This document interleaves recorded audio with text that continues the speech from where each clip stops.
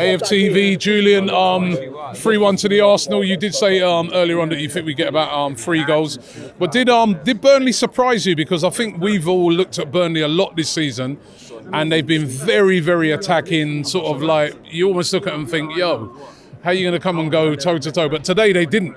They had 2 banks of 4. They sat pretty deep and tried to catch Arsenal on the counter-attack. And maybe that surprised Arsenal a bit, but they got the job done. Yeah, I was surprised by what I saw from Burnley today. And when you see Burnley play, usually, and my experience of Burnley is it's not a very exciting game. I mean, on the Arsenal website, they talked about kind of Arsenal's 5 greatest wins against Burnley. And when I read through it, none of them were particularly great. It doesn't inspire you with confidence of a good game. I think the last time there was a good game here between Arsenal and Burnley was 1953. Before my time, mate. Yeah, it was before my time. That's when they were like used to win everything. Yeah, but on that particular day, Arsenal won the league here. My dad says that was the greatest game he's ever seen at Arsenal. Oh, wow. But today we didn't see the greatest game ever, but we didn't see a bad game. And what surprised me about Burnley was that they're a lot better than we gave them credit for. I know in the starting 11 show, pretty much all of us, not just me, were quite dismissive of their chances of winning today. But when you looked especially at that first half, Arsenal may have had more possession, they may have had more shots, but Burnley actually had more shots on target. So they were far more efficient with the possession that they had, and they were dangerous. And when you look at it, they've spent over 100 million in the summer. They've come up, they've absolutely dominated the championship. They've got 101 points, which sounds to me like pretty much a record-breaking season in the championship. They've come up, and what I can see, they've underperformed because their performances and what we saw today, I don't think they're going to go down. Whereas before today, I thought they were absolutely nailed on. No, they played a decent game, but so did Arsenal. They got the job done, and I think the impressive thing is, is the way in which a lot of players are stepping up. You know what I mean? And we're not missing some of the players that are out. I mean, Martin Odegaard's out today, not really missed today. You know what I mean? Partey, as we know, not really missed. Jesus out, not really missed. These are big players that are missing for Arsenal right now. We see them not up the road.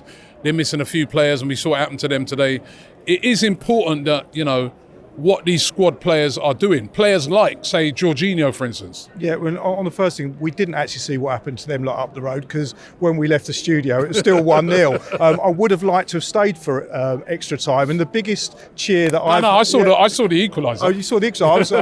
I think I was in the toilet at that time, which is unfortunate. The biggest cheer I've heard today was when we were walking past the Tollington when the Wolves winner went in. Yeah. But yeah, you can see that it's a squad game, and the difference between us and them lot up the road is they have been riding their luck, but they didn't really have any injuries. Their first 11 is really good.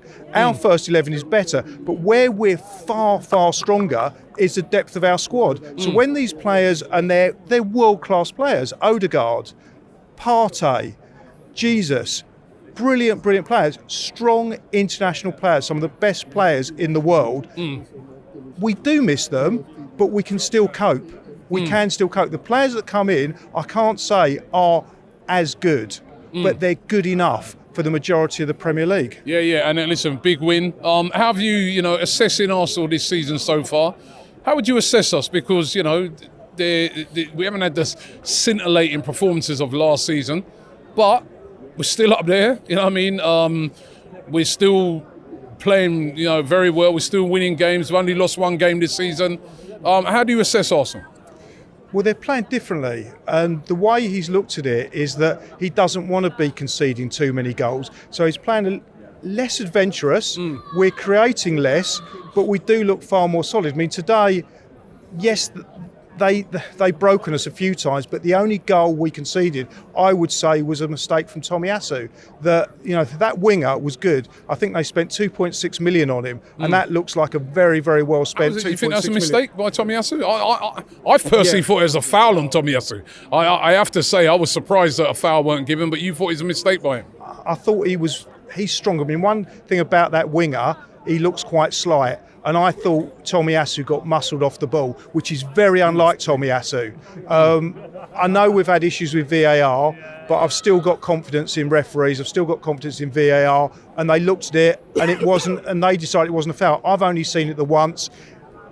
It didn't look like a blatant foul to me, but what it did look like was Tomiyasu was very unnatural for him, but he looked slightly weak on that. And the Vieira one, the red card for you? Again, I've seen it once. I saw he had his studs up. That's all you need.